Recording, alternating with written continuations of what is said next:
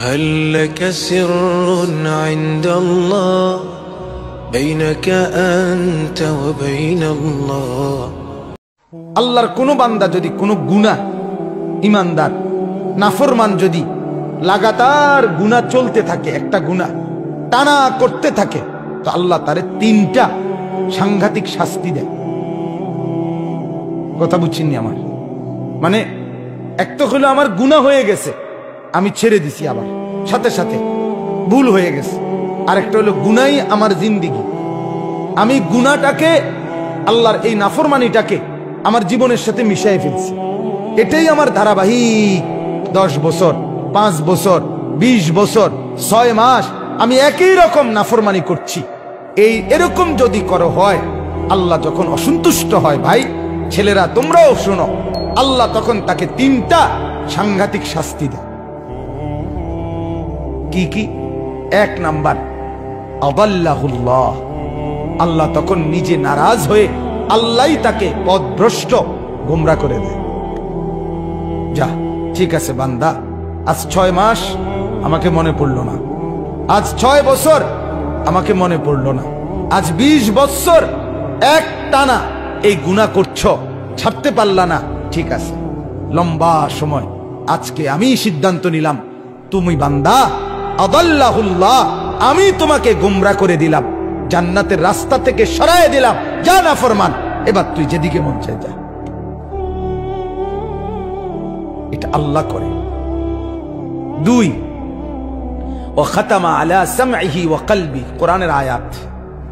আল্লাহ বলে 2 নম্বর শাস্তি দেই, গুনাহ যখন লম্বা হয়, নাফরমানি যখন দীর্ঘদিন হয়ে যায়, আমি আল্লাহ নারাজ হয়ে একদিন কান এবং অন্তর এই দুইটার মধ্যে মোহর মেরে দিই। ওয়া খাতামা আলা সামঈহি ওয়া কলবি, কানে এবং অন্তরে আল্লাহ বলেন আমি মোহর মেরে দিই। অর্থাৎ তখন আর এই কান হকের কোনো কথা, আখিরাতের কোনো কথা শুনে না। এই অন্তর আল্লাহ পরকাল আখিরাত, মৃত্যু পরবর্তী মিজান, হাসর নসর কিছুই আর এই অন্তর বোঝে না, মোহর মেরে দেয়, একবারে সিল মেরে দেয়। 3, ওয়াজআলা আলা বাসারিহি গিশাওয়া, আল্লাহ বলে আমার নাফরমানি যখন বেড়ে যায়, আমি 3 নম্বরে চোখের সামনে পর্দা ফেলে দেই। আচ্ছা এবার বলেন তো, আপনি বলেন, একজন বুঝের মানুষও যদি ভাবেন, আপনি বলেন আল্লাহ যদি কাউকে পথ ভুলাইয়া দেয়, আল্লাহই যদি কারণ কান আর অন্তর মোহর মেরে দেয়, আল্লাহই যদি কারো চোখের সামনে পর্দা ফেলে দেয়, এবার তারে হেদায়েত দিবে কে? বলো না ভাই, তোমার এবার আলোর পথ দেখাবে কে? তোমার এবার জাহান্নাম থেকে বাঁচাবে কে? এই ঠিক এই কথাটাই আল্লাহ কোরআনে বলছে। এরপরে কথা এটাই, ফামান ইয়াহদিহি মিন বাদিল্লাহ, রব্বুল আলামিন বলে, বন্ধু আমি যাকে গোমরা করে দিলাম, আমি যার কান আর অন্তর মোহর মেরে দিলাম, আমি যার চোখের উপরে পর্দা ফেলে দিলাম, এবার বন্ধু বলেন তো, ফামান ইয়াহদিহি মিন বাদিল্লাহ, আমি আল্লাহকে বাদ দিয়ে বলেন তো এই নাফরমানকে হেদায়েত কে দিবে? কে দিবে? আর কোত্থেকে আলো পাবে? দুনিয়া তো চলবে বাপ। আপনি এবার বলেন, আমি রাগ করে নাই, বুঝার জন্য বলি, আজকে যার বয়স 60 বছর, 50 বছর যে মুরব্বীর বয়স, এবড়া এখনো বিড়ি খায়, আপনি মনে করেন তো এবড়ার এই নাফরমানিটা যে কতদিন ধরে? কথাটা বলেন, 60 বছর 50 বছর ধরে লাগাতার আপনি একই রকম বিড়ি খেয়ে যেতেছেন, সিগারেট খাইতেছেন। আজকে 30 বছর আপনি একই রকম চা দোকানে বসে টেলিভিশন নর্তকীর নাচ দেখেন, কথায় কথায় গালি দেন। আপনি বলেন তো চাচা, আপনার গন্তব্য কোন দিকে যাচ্ছে? বলেন, গুনাহ কত লম্বা হয়েছে বলেন তো? আজকে 20 বছর মনে করেন যার ঘরে রঙিন টেলিভিশন চলে, একই রকমে প্রতিদিন স্ত্রী ছেলে মেয়ে নাচ গান সিনেমা নাটক দৃশ্য উলঙ্গ পনা দেখে এই ঘরের হালাতটা কি কি মনে হয় কোন তো গুনাহ আজ কত বছর কথা বোঝেন নাই আমার 20 বছরও আপনার গুনাহটা ছাড়বার কথা মনে হইল না এটা যে এত বড় গুনাহ এর দূর বিবেকে আসলো না আপনার পরিণতিটা কি কি মনে হয় কি মনে হয় আজ 30 বছর বাজারে ব্যবসা করে 10 বছর ব্যবসা করে প্রত্যেক দিন ওনার ব্যবসা একই জিনিস ওজনে কম দেয় ঠকায় মিথ্যা বলে ধোঁকা দেয় আপনি বলেন তো ওনার পরিণতিটা কোন দিকে যাচ্ছে বুঝাইতে পারলাম কিনা ছেলেরা বাপ তোমরা এবার বলো আজ 6 মাস মনে করো 6 মাস বা 1 বছর তুমি কোনোদিন ফজরের নামাজ একদিনও পড়লা না তুমি জানো না ফজরের নামাজ কখন পড়ে কয়টায় পড়ে বলো না ভাইয়া তোমার জিন্দেগি কোন দিকে যাচ্ছে যদি এমন হয় একদিন আর মনে না পড়ে তুমি মুসলমান কি হবে তোমার দুনিয়া দুনিয়া চলবে বাপ বাত আটকাইবে না খানা দানা বন্ধ হবে না বিয়ে শাদিও বন্ধ হবে না বাচ্চা কাচ্চাও হইব পেশাব পায়খানাও চলবে ঘুমও আসবে আখেরাত এগুলো তো আল্লাহ তাআলা বাপ এগুলো তো আল্লাহ কুত্তারও দেন কুত্তাও তো খায় কুত্তাও তো ঘুমায় কুত্তাও তো পেশাব পায়খানা করে কুত্তারও যৌন চাহিদা পূরণ হয় কুত্তারও বাচ্চা কাচ্চা হয় হয় না মা কথা কয় না তো তোমার তুমি আলাদা আলাদা কি বলো ভাইয়া হ্যাঁ এজন্য বাপ একজন হলে একজনই ভাবো একজনই ভাবো সবাই ভাববে না আল্লাহ কোরআনেই বলছে অধিকাংশ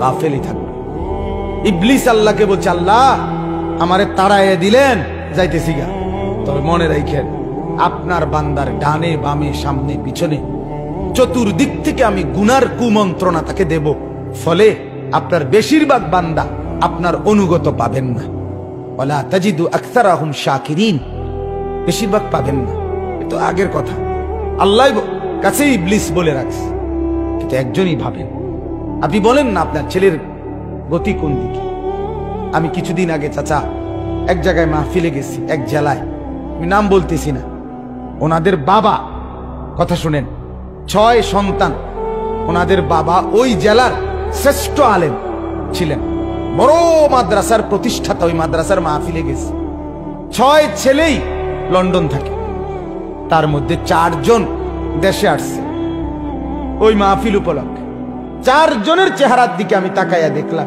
একজনের চেহারা তো ন্যূনতম কোনো দাড়ি নেই এবং শার্ট প্যান্ট এভাবে পরা আজকে মাহফিল উপলক্ষে মনে হয় যেন নতুন করে শেভ করছে স্পেশাল শেভ দিছে কথা বুঝছেন আহা আপনি বলেন তো আপনি ভাবেন তো এই বাবার ছেলেরা যদি এভাবে ইসলাম ভুলে যায় এদের সন্তান কথা বোঝেন নাই আমার এদের পরবর্তী জেনারেশন এর পরের জেনারেশন আর চিনবে ইসলাম 50 বছর পরে কি হইতে পারে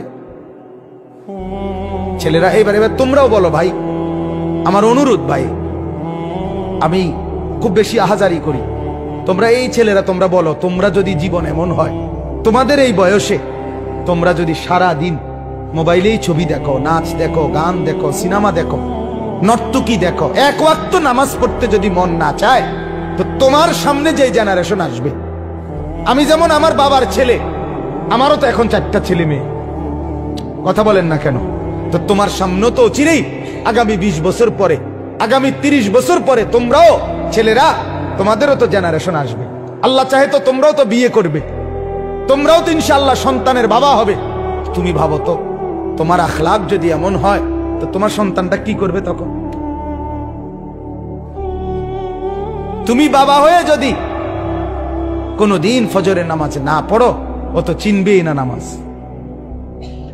ও তো আখিরাত চিনবেই না ও তো পরকাল চিনবেই না ও তো আল্লাহ চিনবেই না এজন্য দয়া করো দয়া করেন বাবারা আপনাদেরকেও বলি আপনি আপনার ছেলের দিকে নজর দেন মেয়ের দিকে নজর দেন স্ত্রীর দিকে নজর দেন, এটা জিম্মাদারি। ফালিযালিকা ফাদউ, দাওয়াত দেন, আল্লাহর দিকে দাওয়াত দেন। তাহলে নিজের স্ত্রী, নিজের ছেলে, নিজের মেয়ে, নিজের পাড়া, নিজের মহল্লা, নিজের এলাকা, এক উম্মতের দায়িত্ব আমাদের তো শুধু এতটুকুও না, সারা পৃথিবী দাওয়াত দেওয়া, সমস্ত মানুষকে আল্লাহর দিকে ডাকা, এটাই আমাদের জিম্মাদারি। সেই ব্যাপক দায়িত্ব আমাদের, সেখানে আমরা কিছুই না করলে আল্লাহর কাছে কি জবাব দিব বলে? এজন্য দয়া করে প্রত্যেকের কাছে অনুরোধ, আপনারা প্রত্যেকেই দাওয়াত ও তাবলীগের মেহনতে আল্লাহর রাস্তায়, আবারও এই গ্রামে প্রচুর দাওয়াত ও তাবলীগের মেহনত চলছে, বিগত দিনের ইতিহাস এটা। আলহামদুলিল্লাহ, আমরা অনুরোধ করব আপনাদের এই ঐতিহ্য, দাওয়াত ও তাবলীগের এই মেহনত আপনারা আগামী দিনেও চালু রাখবেন, বলেন ইনশাআল্লাহ। আপনাদের এই ছেলেগুলোকে প্রত্যেকটাকে দাওয়াত ও তাবলীগের সাথীদের সাথে জুড়ায় দেন, আল্লাহর দ্বীনের পথ ধরায় দেন।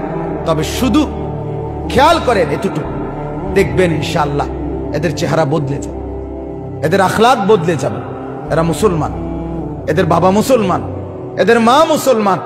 এরা জন্মের পরে কানে নর্তকীর আওয়াজ শুনে নাই, আজান শুনছে, গান শুনে নাই। এরা এদেরকে গুনাহ ভুলায় দিছে, নারীর ফাঁদ ভুলায় দিছে।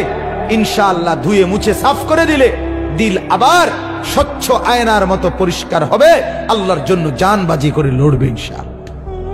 লড়বে, লড়বে, এই ছেলেরাই লড়বে, এই ছেলেরাই লড়বে। সারা দেশ জুড়ে আলহামদুলিল্লাহ মুসলমানের অগণিত যুবক আল্লাহর দ্বীনের জন্য এগিয়ে আসতেছে, বলেন আলহামদুলিল্লাহ। অতএব দাওয়াত, এই মিশন আপনারা প্রত্যেকেই আপনাদের জীবনে বাস্তবায়ন করবেন। ছেলেরা ইনশাআল্লাহ, যে ছেলেরা আছেন এখানে, ভাই তোমরা ভাই নিয়ত করো, তো এমনি নিয়ত করো না হাত তুলে যে আমরা আল্লাহর রাস্তায় সময় দেবো ইনশাআল্লাহ। নিয়ত করো ভাই, আল্লাহ তাআলা তৌফিক দান করেন, আল্লাহ তাআলা কবুল করেন।